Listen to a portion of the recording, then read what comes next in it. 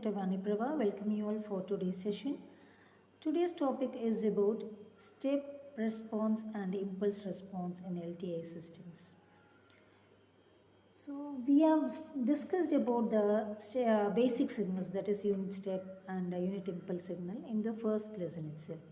So we know what a step input and impulse input is, right? So linear time invariant systems are always linear and time invariant. So this is the system which obeys both the linearity and time invariance property. So linear time invariant systems simplify the analysis and design of filters, control systems and communication systems. The impulse response. The response of an LTI system of unit impulse is represented as impulse response with the symbol del of n. The impulse response completely characterizes the LTI system.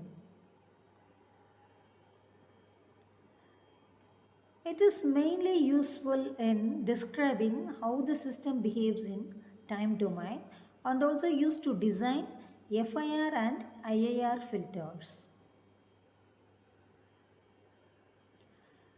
Next is the step response. The output of an LTI system due to unit step input is known as step response. It is useful for evaluating the cumulative system behavior over time and also useful to determine the system stability and settling time.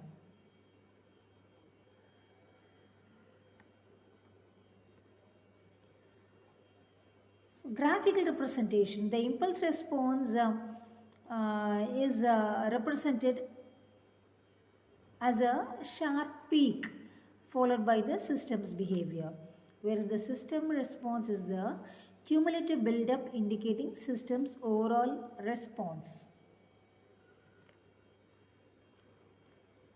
Stability analysis using responses, impulse response and step response. So based on these two, how the system can be analyzed, whether it is stable or unstable.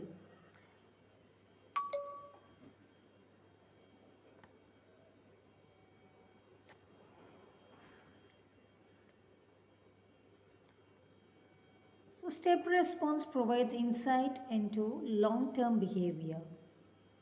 Frequency domain connection.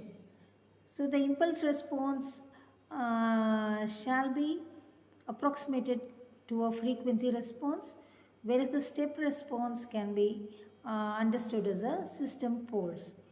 Whereas the poles determine the system's behavior, for example, stability and resonance. Signal processing. How the impulse response is used in FIR filters. FIR filters are directly defined by their finite impulse responses. And step response is applied in audio signal filtering. This indicates how quickly a filter settles to eliminate noise or interference.